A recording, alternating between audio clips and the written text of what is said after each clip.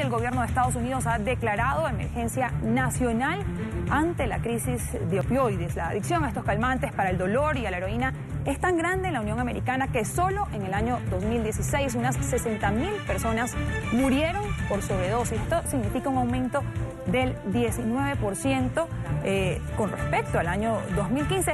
Para estar más claros, es una cifra de 90 ciudadanos que morirían cada día en el país por consumir de forma irresponsable estas sustancias químicas. Para hablar de ello vamos a saludar, ya tenemos a nuestro invitado, el doctor Antonio Bonilla. Él es médico anestesiólogo, especialista en dolor y profesor de la Universidad Javeriana de Bogotá. Doctor Bonilla, un buen día, bienvenido a la mañana de NTN 24.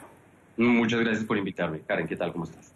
Doctor, ¿cómo llega una persona a ser adicta a los opiáceos? ¿Cómo diferenciar esos medicamentos que son dados para tratar en algún momento un dolor específico y ya cuando pasa ese límite y se convierte esa persona en adicta a este producto?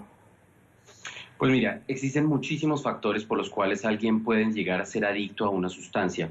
Existen factores sociales, económicos, culturales, pero definitivamente uno muy importante son las características propias del individuo que probablemente tengan una carga genética importante. La exposición es un elemento fundamental y digamos que lo que tengo que decir es que en el marco juicioso del tratamiento del dolor tanto agudo o crónico por personas entrenadas, la posibilidad de llegar a la adicción es bastante difícil. Tenemos que tener como unas alertas y esas alertas son cuando los pacientes, vuelvo y repito, en el marco del tratamiento del dolor, empiezan a pedir más medicamento que el que uno le está formulando, empiezan a pasar de un médico a otro para pedir fórmulas y fórmulas o no siguen las indicaciones. Eso nos lleva a pensar que los pacientes puedan tener lo que llamamos nosotros conductas inapropiadas o abuso y podrían estar desarrollando una adicción.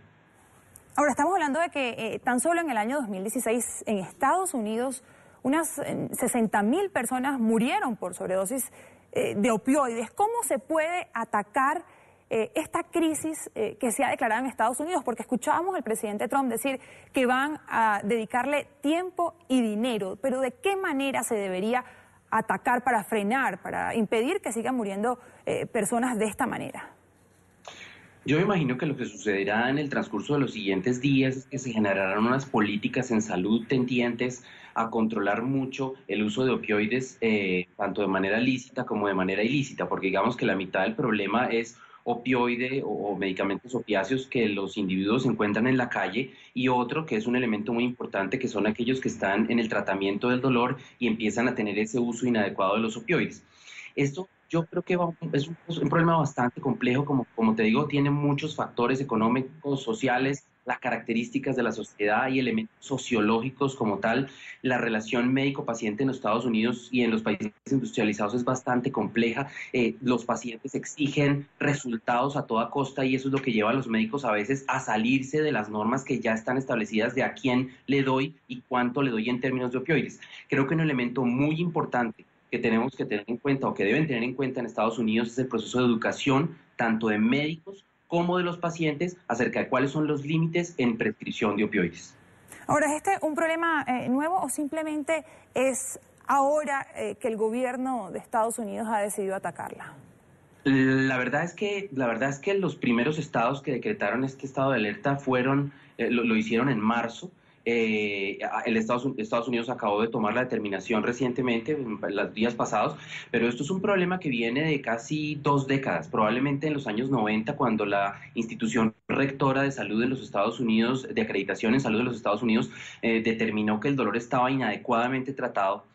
Aunado con el hecho de que la industria farmacéutica generó algunas condiciones para que eso sucediera, pues se disparó en los años 90 y en la década pasada la prescripción de opioides y hoy estamos viendo el resultado de algo que lleva casi 2 décadas de evolución. Luego no es nuevo, los números vienen siendo alarmantes desde hace ya muchos años. Lo que pasa es que hoy pues están en el tope, pero había números alarmantes desde el 2014 había del orden de los 40.000 muertos por este tipo de abuso de opioides. No, las cifras son realmente impresionantes, doctor.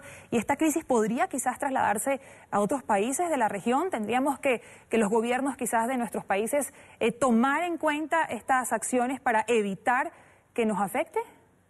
Por supuesto que sí. Nosotros tenemos que ver un espejo en los Estados Unidos. Lamento mucho que eso esté pasando allá.